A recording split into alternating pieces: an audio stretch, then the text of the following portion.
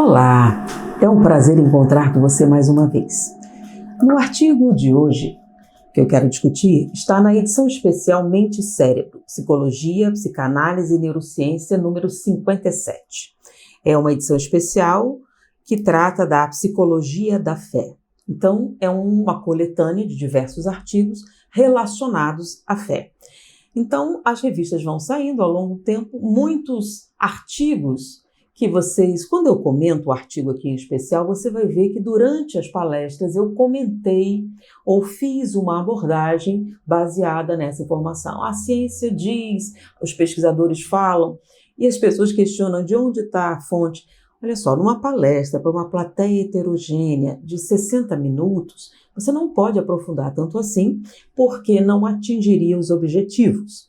Mas no vídeo, a gente vai aprofundar isso, mostrando para vocês as fontes, de onde a gente tem tirado essas informações.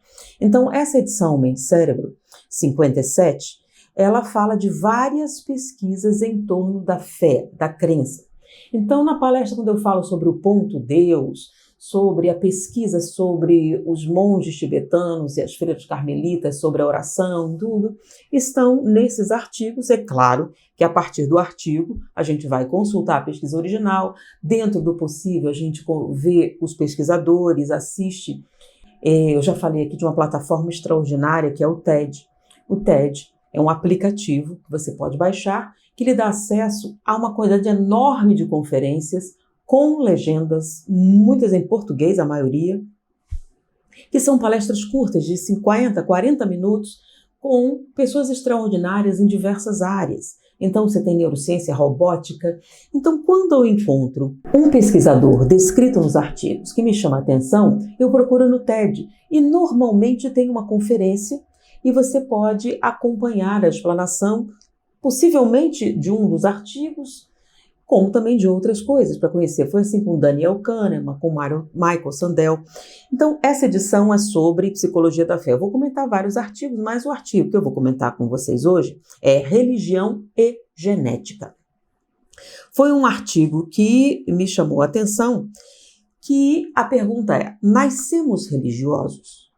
Então, eles analisam se existe algum fator genético que nos predispõe à religião, porque a religião acompanha desde as primeiras aglutinações sociais.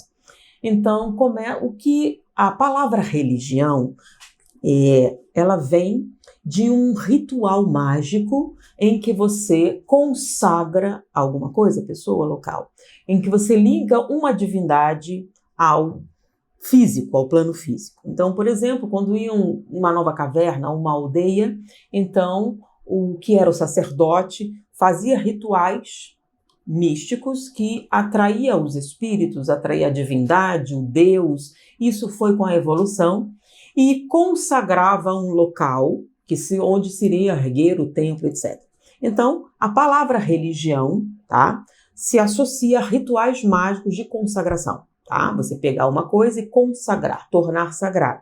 Ou seja, atribuir aquela situação, aquele pedaço de chão, aquela pessoa a uma divindade.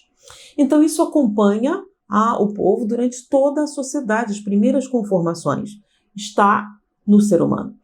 No artigo, alguns fazem comentários gerais a respeito de que se existe ou não um componente genético relacionado a isso, mas dentre todas as descrições apresentadas aqui, o que me chamou a atenção foram 2 pontos desse artigo.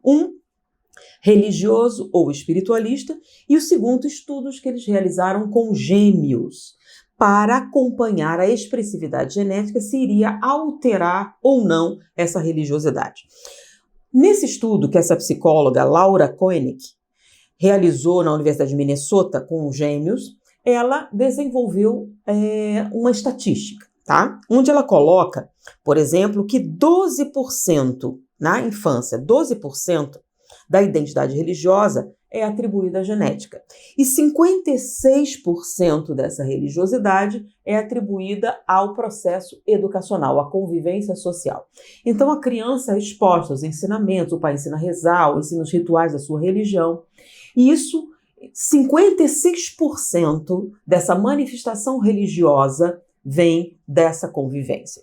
e 12% uma predisposição a... Aí, nesse caso, essa predisposição está relacionada à contemplação, relacionada à afabilidade, à credulidade, coisas semelhantes.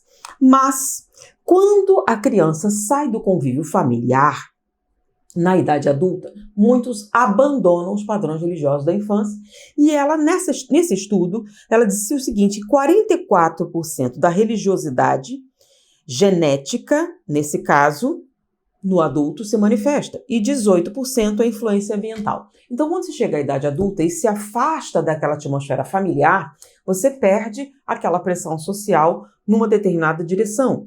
Então, nesse caso, a expressividade genética já responde por 44% dessa religiosidade. E o que seria essa predisposição genética? Tá? A necessidade de um conforto espiritual, tá? A não conformidade. Então, são espíritos menos questionadores. Por exemplo, uma pessoa intensamente questionadora tem mais problemas com chamadas religiões estabelecidas ritualisticamente, em que uma série de comportamentos não tem uma explicação. Na verdade, se submetem a rituais mágicos. Quando eu falo ritual mágico, estou falando sobre um tipo de repetição, um tipo de cerimônia que não tem uma explicação, por exemplo, científica, nem racional. Você faz determinados rituais ligados a uma divindade, com uma tradição que vem de milênios, etc., com o objetivo de fazer essa ligação. Então, nesse caso, na idade adulta, essa predisposição seria mais presente. Então, se a pessoa é mais inquisitiva, se a pessoa é mais questionadora, as religiões tradicionais, com seus dogmas, com uma série de colocações que não permitem um questionamento sistemático, criam dificuldades e as pessoas se afastam. Então, nesse caso, mesmo que ela tenha uma predisposição a essa religiosidade, ela se afasta das religiões tradicionais e surge, então, após isso, aquela colocação espiritualista ou religioso tradicional. Então, existem as pessoas ligadas à religião tradicional e aqueles que também têm uma expressão religiosa, porém não estão ligados a correntes, pensamentos estabelecidas, hierárquicas, por exemplo. É uma corrente religiosa, mas espiritualista. A pesquisa que ela realizou com esses grupos foi muito interessante. Ela desenvolveu essa parte estatística, que eu fui depois procurar o livro que ela coloca isso, né? Material que vale a pena vocês irem, né? Religião, Personalidade e Comportamento Social, e onde estão esses dados. Mas uma coisa que me chamou a atenção foi ela fazer o seguinte experimento, um experimento social. Ela pegava grupos aleatórios, então havia grupos de religiões tradicionais e os espiritualistas, todo grupo era religioso, porém alguns pertenciam a igrejas e outros eram considerados espiritualistas, religiosos, mas não ligados a uma religião tradicional. E submetiam a determinadas situações. Por exemplo, você está no trem e uma pessoa saiu e a mala se abriu e derramou os objetos. Então ela mediu um impulso para ajudar, porque faz parte da religiosidade essa aproximação social, essa tendência à cooperação, tá? É uma característica da religiosidade, em todos os sentidos. E nessa pesquisa, ela colocou algumas situações. Por exemplo, a pessoa que derrubou os objetos é um familiar, é um conhecido ou é um estranho. Olha que coisa interessante. Aqueles das religiões tradicionais, quando a pessoa era conhecida, era um membro da igreja, era uma pessoa da sua relação, o impulso de ajudar era 66% maior. Mas era expressivamente menor quando se tratava de um estranho. Já os espiritualistas não faziam distinção. Então, quando alguém derrubava um objeto, ela não fazia distinção entre um conhecido, um membro da sua comunidade e um estranho. O impulso de ajudar existia. Entre os religiosos, esse impulso é maior. Entre os não religiosos, existe uma tendência muito mais intensa ao individualismo. Então, há uma diminuição, sim, da cooperatividade. Então, um outro artigo mais adiante, por exemplo, Se Crer Faz Bem. Eu vou comentar num outro vídeo. Eles fazem essa colocação. A pessoa religiosa tem uma tendência ao cooperativismo muito mais intensa, expressivamente diferente. Então, a religiosidade, nesse caso, os cientistas dizem que uma tendência nós somos um ser social, então essa religiosidade garantiria maior sobrevivência, daí você ter um grande, expressivo número na sociedade de pessoas religiosas. Então, há uma tendência à cooperação. Mas, entre os religiosos tradicionais e os espiritualistas têm essa cooperação também, mas não fazem distinção. Então, eles são cooperativos com a humanidade em geral, enquanto que nas religiões tradicionais, quando se trata de uma pessoa estranha, há uma diminuição dessa cooperação. Isso me chamou a atenção, eu fui atrás, justamente quando eu li esse artigo, me chamou a atenção isso e eu fui procurar quais seriam as características que relacionam a isso. E nessa colocação, ela faz uma ressalva interessante. Muitas religiões, quando afirmam que ela é a única porta da salvação, elas criam um conflito psicológico na pessoa que o estranho irá para o inferno. Então, a sua cooperação com um inimigo da sua religião cria uma diminuição dessa tendência natural à cooperação. Tá?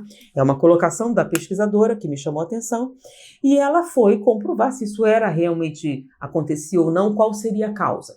Em muitos casos, a pessoa não tem consciência dessa distinção, mas quando ela pesquisa um pouquinho mais, encontra lá uma ressalva, o estranho, o infiel, aquele que não faz parte da sua comunidade. Enquanto que o religioso, sem vinculações hierárquicas, ele é mais aberto a essa cooperação. E essas pessoas, quem são os espiritualistas? São aqueles que têm essa religiosidade, porém não se identificam com padrões tradicionais de comportamento que algumas religiões seguem. Então eles sentem aquele impulso de se identificar com a divindade, uma busca, alguma necessidade de transcendência mais intensa do que o usual, não se identificam com as religiões tradicionais, encontram isoladamente uma expressão religiosa. Muitos deles fazem amálgamas de várias coisas diferentes, mas eles sentem uma comunhão com a divindade e manifestam isso em diversos tipos de cooperação com a humanidade em geral. Então, esse é um artigo interessante, e esse estudo com gêmeos para analisar essa expressão religiosa é muito interessante também, mas nessa mesma revista tem um outro artigo que eu vou abordar no próximo vídeo que vocês vão gostar muito também. Foi um grande prazer estar com vocês. Espero que vocês gostem desse trabalho, tanto quanto eu. Muita paz. Olá! Que bom que você ficou até o final. Se quiser continuar assistindo a mais vídeos do canal, eu deixei essas sugestões aqui nos cards que estão aparecendo na tela. É só clicar em algum deles e continuar assistindo. Até o próximo vídeo.